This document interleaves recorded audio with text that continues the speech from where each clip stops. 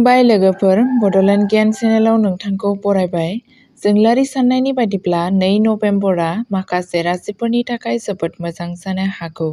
फारसेथिं माखासे राशिफोरनि थाखाय जिउआव जेंनाफोरबो मोगा-मोगि जानो गोनां जानो हागौ। फै जों मिथिना लानि 2 नबेम्बर खालि बबे राशिफोरा मुलाम्फा जागोन आरो सोर सांग्रां जानो गोनां जागोन। बेनिखायनो भिडिअखौ जोबजासिम नायथार आरो चेनेलखौ लाइक, शेयार आरो साबस्क्राइब खालामनो दाबाव।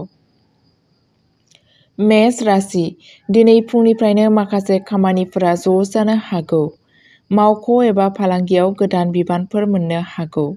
जुदि नोंथाङा बबेबा मिटिं एबा सावरायनायाव बाहागो लानो लुबैयो, अब्ला नोंथाङा नोंथांनि नोजोरखौ गोख्रोङै लाखिनो हागोन। नखराव मोनसे गोजाम आयदानि सायाव सावरायनाय जागोन, नाथाय थासारिखौ सामलायनांगोन। रांखान्थिनि बिथिङाव थासारिया मोजां जागोन। खरसानि सायाव एसे दबथायनाया धोन। मोनाबिलियाव गोसोआ एसे सिरि जागोन। जुदि नोंथाङा बबेयाव बाहेरायावबा थांनो सानदों, अब्ला समा मोजां जानो हागौ। वृश्चिक राशि, दिनैनि साना नोंथांनि थाखाय मोजां जागोन। फुंनि समा एसे मुखुब जागोन, नाथाय सानजौफुनि उनाव नों गोजोननाय मोनगोन। नोंथांनि खस्थ'आ खामानियाव फिथाय होगोन आरो नोंथाङा सासे बैसो जानाय सुबुंनिफ्राय बाख्नायनाय मोननो हागौ। रांखान्थियारि हालोदाव जौगानायनि नेरसोन नुनो मोननाय जादों। नखरनि आबहावाया गोजोनथाव जागोन। जिउनि लोगोरिजों सम मोजाङै थांगोन। सोमोन्दोआ गोदै थाबाय थागोन। दावबायनाय एबा गुसुं दावबायनायनिबो दाजाबथाय जानो हागौ। सावस्रिनि बेलायाव जेबो गिदिर जेंना गैया। दिनैनि साना मोनसे दिदोम आरो गोजोनथाव जागोन। मिथुन राशि, दिनै नोंथांनि सिङाव बांसिन गोहो थागोन। गोदान खामानि जागायनायनि थाखाय साना मोजां। जायफोरा मिडिया, सोलोंथाय एबा लिरनाय बायदि बिथिङाव दं, बिथांमोनहा मोजां खाबु मोननो हागोन। गोबां गोदान सानस्रि गोसोआव फैगोन, नाथाय मोनसेयाव सिथाबनानै थानाया गोब्राब जानो हागौ। न'नि आबहावाया मोजां जागोन, नाथाय नोंथांनि खाथि सोमोन्दोनि सोरबा सुबुंजों एसे फारागथि जानो हागौ। खरसाया बांनो हागौ, बेनिखायनो बांद्राय फाव दिन्थिनायनिफ्राय गोजानाव था। कर्क राशि, दिनै नोंथांनि नोजोरा नखर आरो गावारि जिउनि फारसे थागोन। मोनसे गोजाम दान्थे-बिदान्थेखौ सुस्रांनो हायो। मावख'आव खामानि मावनाया एसे लासै जागोन, नाथाय लोगोरिफोरनिफ्राय हेफाजाब मोनगोन। रांखान्थियारि महरै साना नरमेल जागोन। नोंथाङा दा मोनसे गोजाम मावथांखिनिफ्राय मुलाम्फा मोननो हागोन। गोसोआव एसे उसुखुथु जानो हागौ, नाथाय मोनाबिलिसिम गोसोआ मोजां जागोन। दावबायनायखौ दोनथ'नाया साबसिन। सिंह राशि, साना रंजानायजों बुंफबनाय जागोन। खामानियाव दावगानायनि नेरसोन दं। जायखिजाया गोजाम थाबथायाव खामानिया गोख्रैथि थागोन।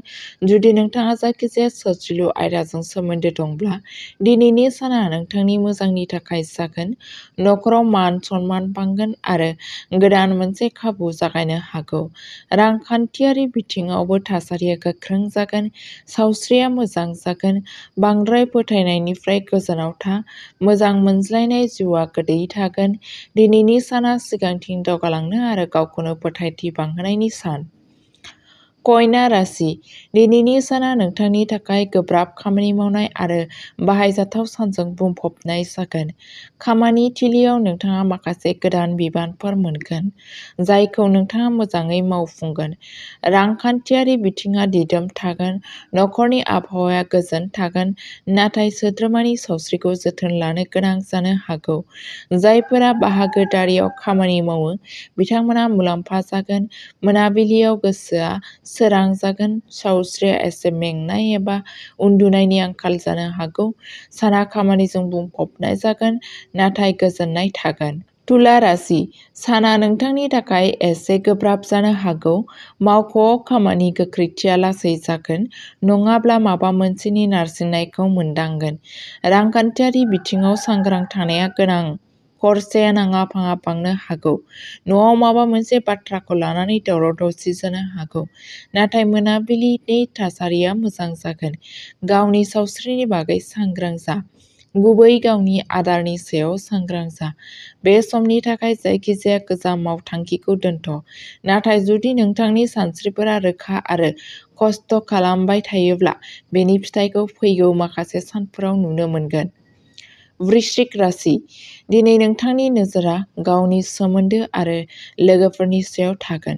सासे गोजाम लोगोआ मदद खालामनो हायो। खामानिया गोख्रै जागोन, नाथाय नोंथाङा एसे नारसिननायबो मोनदांनो हागौ। रांखान्थियारि बिथिङाव थासारिया दिदोम थागोन। नोंथाङा नखरजों फिसा-फिसौ सुखुनि रायज्लायनो खाबु मोनगोन। सावस्रियाव जौगागोन। सोरबा गोजाम लोगोनि कल एबा मिटिं सानखौ रेजें खालामगोन। धनु राशि। दिनै नोंथाङा खस्थ'नि मोजां फिथाइ मोनगोन। जायफोरा साख्रियाव दं बिसोरनि थाखाय मासि एबा मान सन्मानखौ बांहोनायनि खाबु थायो। फालांगिगिरिफोराबो गोदान खाबुफोर मोननो हागोन। रांखान्थियारि थासारिया गोख्रों जानायखौ नुनो मोनो। नखराव गोरोबलायनाय थागोन। गोजाम सोमोन्दोफोरा दुंब्रुदथि फैगोन हागौ। सोरबा लोगोखौ लोगो हमज्लायनाय एबा कल खालामनाया गोसोआ मोजां जागोन। साना जाफुंसारनायजों बुंफबनाय जागोन। मकर राशि। दिनैनि साना मोनसे खाफाल गोनां सान जानो हागौ। जायखिजाया गोजाम थाबथानाय खामानिफोरा दावगानायखौ नुनो मोनगोन। मावख'नि देरसिन सुबुंफोरा नोंथांनि खस्थ'खौ नोजोर होगोन। रांखान्थियारि मुलाम्फानि सम्भाबना दं। नखराव गोजोन आरो हेफाजाब थागोन। दावबायनायनि सम्भाबना थानो हागौ। मोजां मोनज्लायनायनि जिउआव माबा मोनसे जेंना दङमोनब्ला दिनै सुस्रांजानायनि नेरसोन दं। सावस्रि मोजां जागोन। फोथायथि बांगोन। साना गासै जाफुंसारनाय आरो समानथिजों बुंफबनाय जागोन। कुम्भ राशि। दिनै नोंथांनि नोजोरा इयुननि सानथांखिनि सायाव थागोन। नोंथाङा मोनसे गोदान बिबाननि बाथ्रा सानगोन। दावबायनायनि बिथांखि लानाय जादों। मावख' एबा फालांगियाव एसे मुखुब थागोन, नाथाय खामानिया आबुं जागोन। रांखान्थियारि बिथिङाव दिदोमथि थागोन। न'आव मोनसे गोनांथार आयदानि सायाव सावरायनाय जागोन। मोनाबिलियाव एसे गोजोननाय मोनगोन। सावस्रिया एसे मेंनाय जागोन। मीन राशि। दिनैनि साना नोंथांनि थाखाय सानथांखिफोर आरो सोरजिथायनि सान जागोन। नोंथाङा माबा मोनसे खामानि जगायनो गोनां जानो हागौ। मावख'आव नोंथांनि बिबुंथिखौ बेसेन होनाय जागोन। रांखान्थियारि थासारिया मोजां जागोन। नखराव गोरोबलायनाय थागोन।